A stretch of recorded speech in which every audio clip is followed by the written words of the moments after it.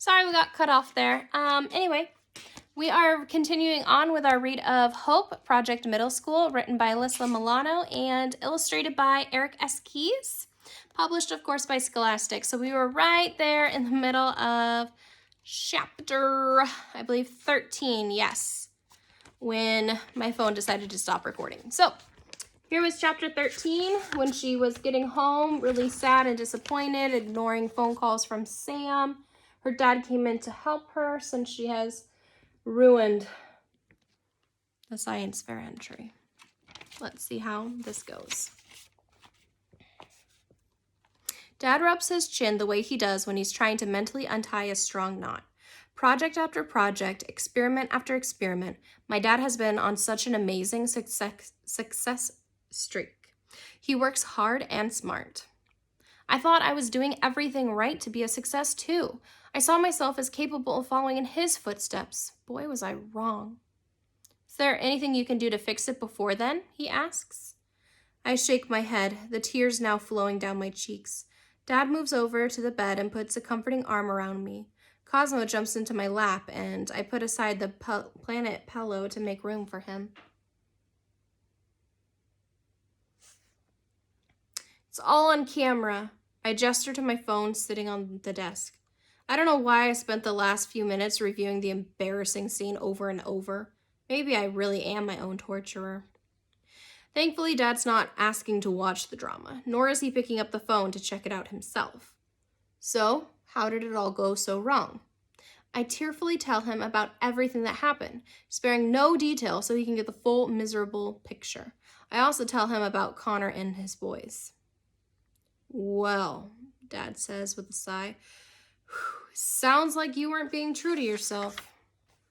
What do you mean? I ask, searching his hazel eyes. Dad softly rests his chin on top of my head. What was your end goal in all this hard work? For the science fair competition to be a success, I say. He pulls back to look at me. Bingo, said Dad. But instead, you got caught up in proving the boys wrong. But they were wrong, I said, suddenly clear-eyed. My tears have dried up. Even Mom said so. Dad's warm smile lights up his face. Your mother is one of the most passionate, strong-willed people I know. That's why I fell in love with her. But with great power comes great responsibility. I finished the famous message in the Spider-Man story. I know, Dad, but I'm not a superhero. I learned that the hard way. There are lots of different superpowers. My dad pivots to face me and rests his right foot on his left thigh. I shift toward him as well. Cosmo keeps an eye on me, probably for fear I'll stop petting him. Science is one of yours, continues Dad, and your voice is another. But did you know? There are some more ways to use your voice than just speaking. At some point, Dad's message stops sounding like hollow words and starts feeling like advice I can get behind. Hearing all this, I slowly come to an understanding.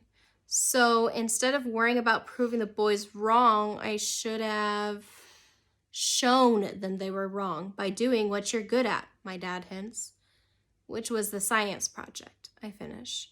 But I put more focus on trying to prove my point than making sure I did the project right. I think about how I volunteered to fix RG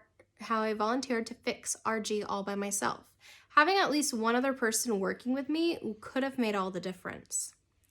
Your impulse to stand up for what you believe in was good, says Dad. I just can't let proving other people wrong be the number one reason for my choices. I puff out a sigh. Well, it's too late now. The project is ruined. All we have are the videos of our test trials. Dad nods. The best heroes learn from their mistakes. I'm sure you'll have a chance to use your superpowers again for soon. He kisses me on the head and leaves my room, his work done. Learn from our mistakes, I echo. I get up and grab my phone from across the room. I think about the mistakes I've made so far this year at school. My error in science class, jumping to conclusions about Camilla's background, shutting out Sam even after she kept inviting me to hang out, and now the science project.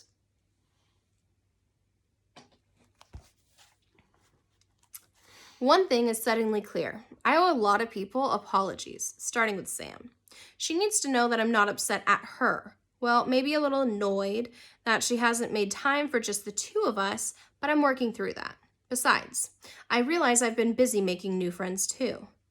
Everything is still pretty messed up, but I can learn from my mistakes to become a better person and the scientist I want to be.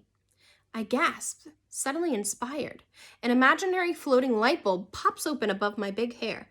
Maybe there's no need to hide the mess I've made after all.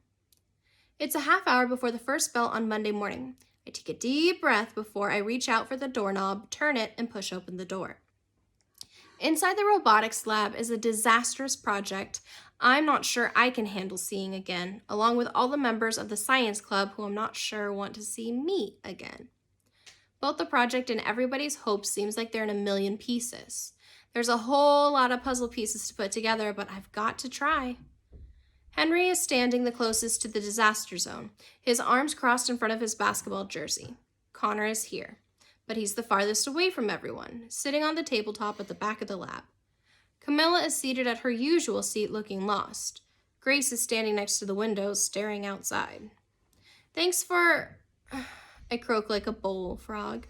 I clear my throat and start again. Thanks for agreeing to come meet me here this morning. I'm here to say I'm sorry for not being a team player that I should have been. But I'm also here because I want to turn things around for us. I have an idea I'd like to present that could help us do that.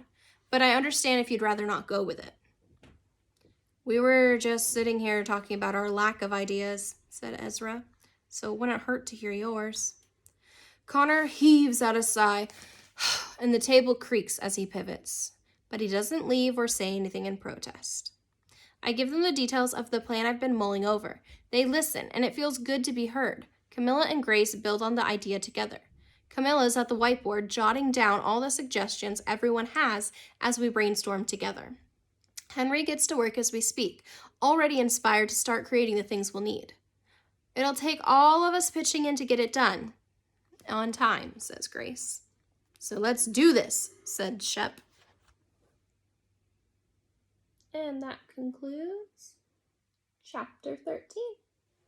Join me tomorrow for chapter 14, and maybe we can figure out what they're going to build or how they're going to fix things. Later.